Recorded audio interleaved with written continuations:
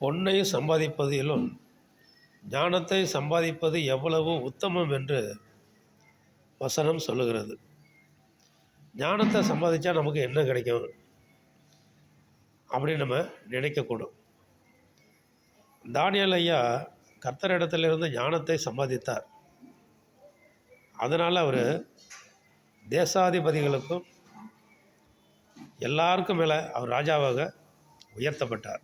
பிரதானிகளுக்கும் தேசாதிபதிகளுக்கும் மேலாக அவர் உயர்த்தப்பட்டார். தரியு ராஜா அவரை தேசம் முழுவதற்கும் அதிபதியாக அவர் ஏற்படுத்த திட்டமிட்டார். ஏன்னா தானியேல்கிட்ட ஞானம் இருக்கிறது. கர்த்தரிடத்திலிருந்து ஞானத்தை பெற்றுக்கொண்டார். அவர் சாலமோன் ஐயா ஞானத்தை தேவனிடத்திலே பெற்றுக்கொண்டார். தீர்க்க முடியாத எந்த பிரச்சனையாக இருந்தாலும் அவர் தீர்த்தார். அன்றைக்கி தேசம் முழுவதும் பட்டணம் முழுவதும் உலகம் முழுவதிலும் இருந்து சாலமோனுடைய ஞானத்தை பார்க்கும்படியாக கேட்கும்படியாக அவர் சொற்பொழிவை கேட்கும்படியாக எல்லாரும் அவரிடத்தில் திரண்டு வந்து சும்மா அவர்கள் எல்லாரும் பொருளை கொண்டு வந்து கொடுத்தாங்க, பொருளை கொண்டு வந்து கொடுத்தாங்க, வெள்ளியை கொண்டு வந்து கொடுத்தாங்க. அதுவும் பாருங்கள், 1000 கிலோவா வண்டி வண்டியாக கொண்டு வந்து சாலமோன் ஐயாட்ட கொடுத்தாங்க. ஏன்னா அவர்கிட்ட ஞானம் இருந்தது. தானியேல் ஐயாவும் அப்படி தான் பொற்கழிகளை கொடுத்தாங்க, சரப்பணிகளை கொடுத்தாங்க. நிறைய அவர்களை கனப்படுத்தினாங்க.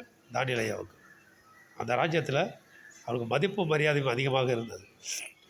இப்போ நம்ம உலகத்திலே பார்க்குறோம், பட்டிமன்றங்களை பேசுகிறவங்க நல்லா படிச்சிருப்பாங்க, எல்லா புத்தகங்களையும் படிச்சிருப்பாங்க, நல்லா பேசுவாங்க. அவங்களுக்கு என்ன பண்ணுவாங்க, பொற்கழிகளை கொடுப்பாங்க.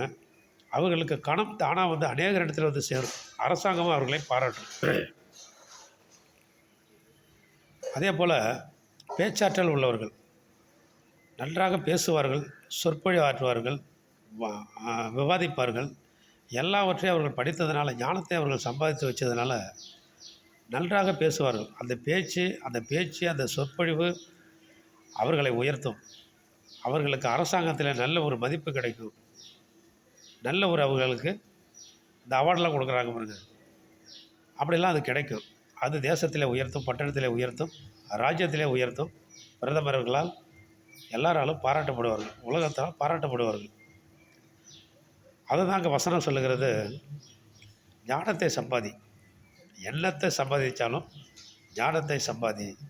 அந்த ஞானத்தை நம்ம சம்பாதிச்சோம்னா எல்லாவற்றுக்கும் மேலாக எல்லாவற்றையும் சம்பாதிச்சது போல தான் நமக்கு எல்லா கனவும் நமக்கு வந்து சேரும். ஆமென், அல்லேலூயா.